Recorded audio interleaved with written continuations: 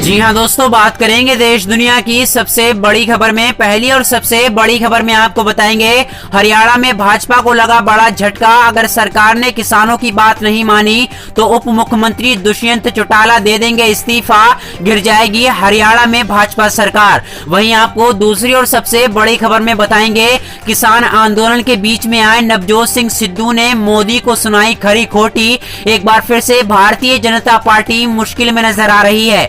वहीं आपको तीसरी और सबसे बड़ी खबर में बताएंगे, किसानों का गुस्सा, 5 दिसंबर को गांव-गांव जलाएंगे मोदी, अंबानी, अडानी के पुतले। अगर आप भी देश में गोदी मीडिया और मोदी सरकार का जमकर विरोध करते हैं और आप भी चाहते हैं कि ये काला कानून रद्द हो, तो इस वीडियो को लाइक कीजिए और हमारे चैनल को सब्सक्राइब करने के बाद घंटी को बजाना बिल्कुल ना भूलें। बढ़ते हैं पहली और सबसे बड़ी खबर में। हरियाणा में भाजपा को लगा तगड़ा झटका। हरियाणा में खतरे में है भाजपा सरकार। जजपा ने कहा कि एमएसपी पर आंच आई तो उप मुख्यमंत्री दुष्यंत चौटाला दे देंगे इस्तीफा।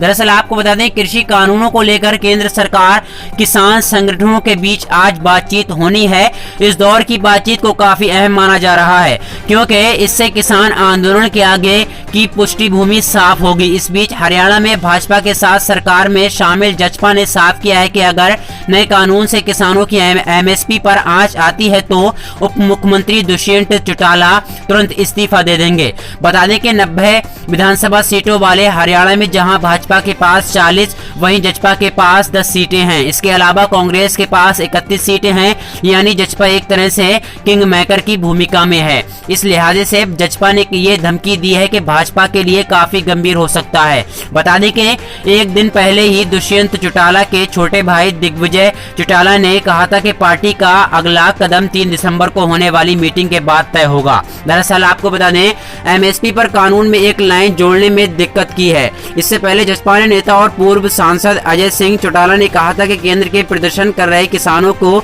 न्यूनतम में समर्थन मूल्य एमएसपी पर लिखित आश्वासन देना कोई आपत्ति नहीं होनी चाहिए। उन्होंने कहा था कि जब केंद्रीय कृषि मंत्री और प्रधानमंत्री नरेंद्र मोदी लगातार कह रहे हैं कि न्यूनतम में समर्थन मूल्य एमएसपी जारी रहेगा, तो कानून में इस एक लाइन लिखने में क्या दिक्कत है। दरअसल सरकार से इस्तीफे की बात को लेकर काफी घमासान गया है। गौरतलब है कि दादरी विधानसभा क्षेत्र में निर्दलीय विधायक सोमवार सांगवान ने हरियाणा के भाजपा जजपा सरकार को किसान विरोधी बताते हुए मंगलवार को उसे समर्थन वापस ले लिया था। सांगवान ने कहा था कि ये सरकार किसानों के साथ हमदर्दी रखने की बजाय उन्हें रोकने के लिए पानी की बौछार, आंसू गैस के गोले जैसे सभी उपायों का इस्तेमाल कर रही है। मैं ऐसी सरकार को अपना समर्थन जारी नहीं रख सकता हूँ। दरअसल आपको बता दें, एक एक कर भारतीय जनता पार्टी के नेता बीजेपी से इस्तीफा दे रहे हैं, क्योंकि किसानों का दर्द कोई नहीं समझ पाएगा।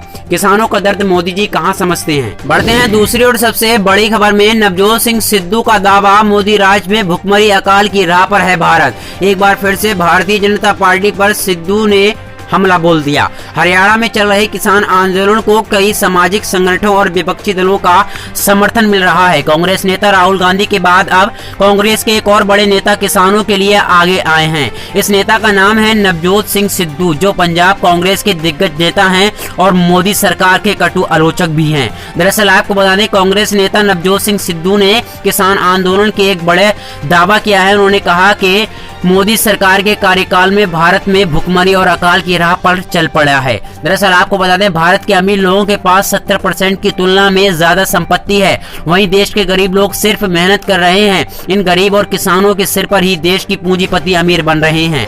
सोशल मीडिया के जरिए कांग्रेस नेता ने एक वीडियो शेयर कर कहा कि देश की दिहाड़ी मजदूरों की बात करते हुए कांग्रेस नेता नवजोत सिंह सिद्धू ने कहा कि इस वक्त देश में प्याज के दाम 6 गुना हो चुके हैं। बीते कुछ महीने प्याज के दाम 10 रुपए से 40 रुपए हो गए हैं। टमाटर जहां किसान से 5 रुपए में खरीदा जाता है, बाजारों में 60 रुपए में बिक रहा है। दाल के दाम 55 रुपए हैं, 130 रुपए तक पहुंचे हैं। वहीं सरसों के तेल के दाम भी बीते कुछ महीनों में बढ़े, लेकिन 2 साल के एक दिहाड़ी मजदूर को 300 रुपए प्रतिदिन मिल रहे हैं। देश की मजदूरी के साथ ये सरकार धोखा कर रही है। बीते 5 महीनों में रोजमर्रा की चीजों में 5 गुना महंगी हो चुकी है, लेकिन आज भी एक मजदूर को वही दिहाड़ी मिल रही है जो उसे उसे पहले मिलती थी। गुजारा मुश्किल से करना पड़ रहा है। देश में भुखमरी तब है जब सरकारी गोदामों में अनाज पड़ा रहे, लेकिन गरीब शख्स की पहुंच से बाहर है। मोदी सरकार के राज में महंगाई 7वें आसमान पर है।